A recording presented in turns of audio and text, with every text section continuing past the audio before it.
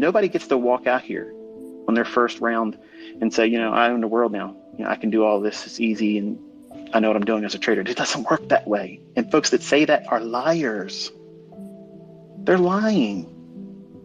It's easy to fleece people that are ignorant. And if you're listening to me, if you're listening to people that have proven they can trade, we all have the same story. Stop listening to the bullshit. Demand that they can trade, demand that they can prove it to you. And if they can't do it, tell them to pound sand and get up the road and spend your time with someone that knows what they're doing, that's willing to spend the time telling you good advice.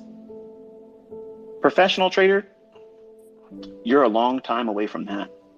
Just because you make money and you're profitable, that doesn't mean you're a professional trader. You're not. That means right now you're profitable. But a professional trader, in my opinion, you're doing it at least 3 years or longer, and it's your 100% source of income. Now, it doesn't mean that that's all you make, but you could sustain yourself with just that. That's a professional trader.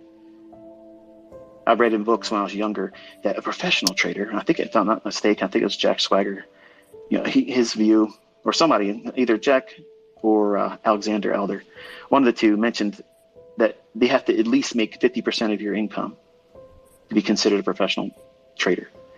No, that's somebody that's a part-timer to me.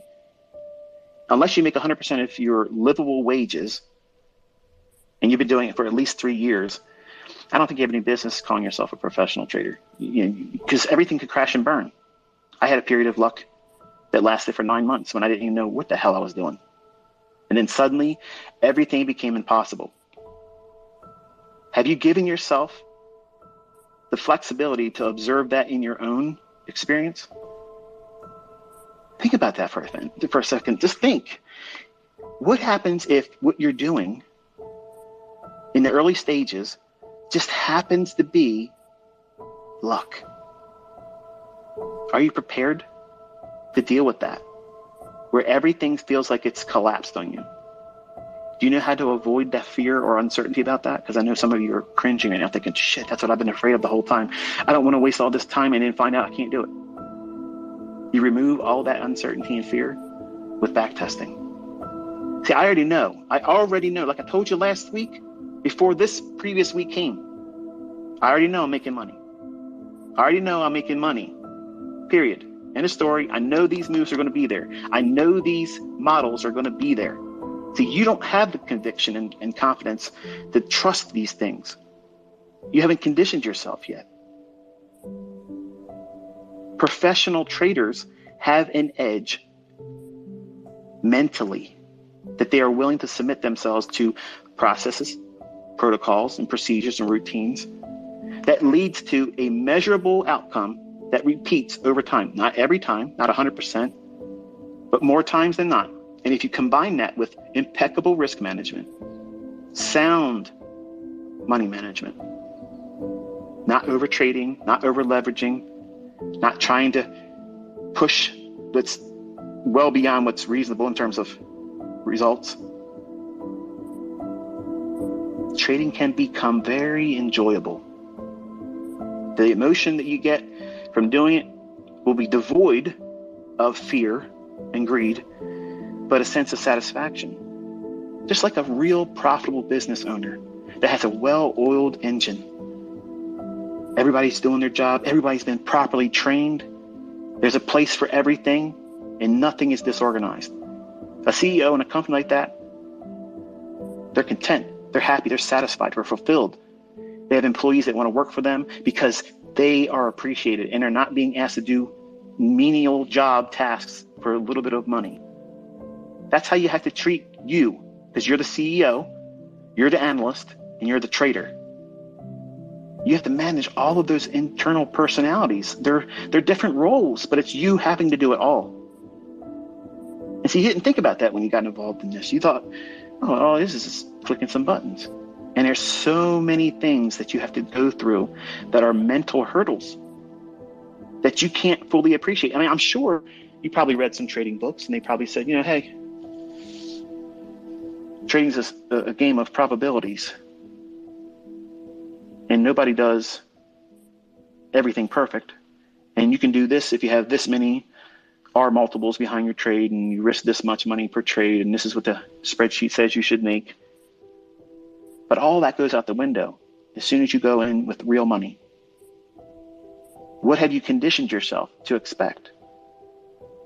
The way you navigate the uncertainty and the emotions and psychological turmoil that you put yourself through is you lean on the experiences that you gleaned from old data, then taking that old data, start tape reading.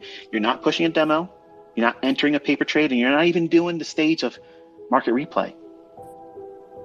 Ugh. You're telling me I got to back test, then I got to look at tape reading. I haven't even done a trade yet. I need to be inspired, ICT. If you're not inspired by doing the right procedures, nothing else I'm going to say to you is going to help you. Remember, your surgeon, they didn't give him a scalpel and say, hey, man, you look exactly like George Clooney on ER, man. Let me just give you the scalpel right now, because you're going to charm these patients into trusting you. Don't worry about it. If you make mistakes, don't worry, we got insurance. That's not how they do things, folks. And that's the same mentality you're trying to apply to trading. Oh, well, I'll just swing it.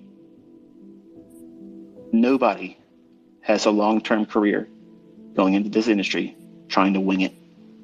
It doesn't happen.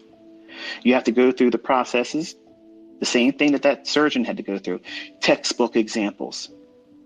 And then he put them in front of a cadaver,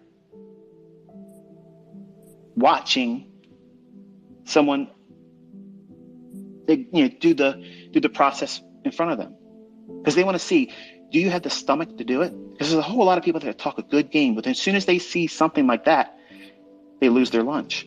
Well, how can you be a surgeon? You can't do it. And in back testing and in tape reading, you'll know if you can't do this. That's not to convince you early on to quit before you should, but you know who you are. You know what your limitations are. If you're not disciplined, if you are not responsible, you're going to see that in your back testing. Are you able to keep a routine? Here's a perfect illustration. Listen, folks, listen. Can you set a schedule? Every day at this time, I do 45 minutes of back testing on one market. Not 20, not different pairs over here and different there. One market, back test it on every time frame, 45 minutes. I think that if you go from the weekly down to a 1-minute chart, it should take you about 45 minutes. If you're really being diligent about recording your observations, staring at the chart, looking for things that may have been taught by me or maybe someone else, and having that annotated and logged. And then the very next day, you get to those charts the same time, and you spend that same 45 minutes. Can you do that for a month? Can you do that for 2 months?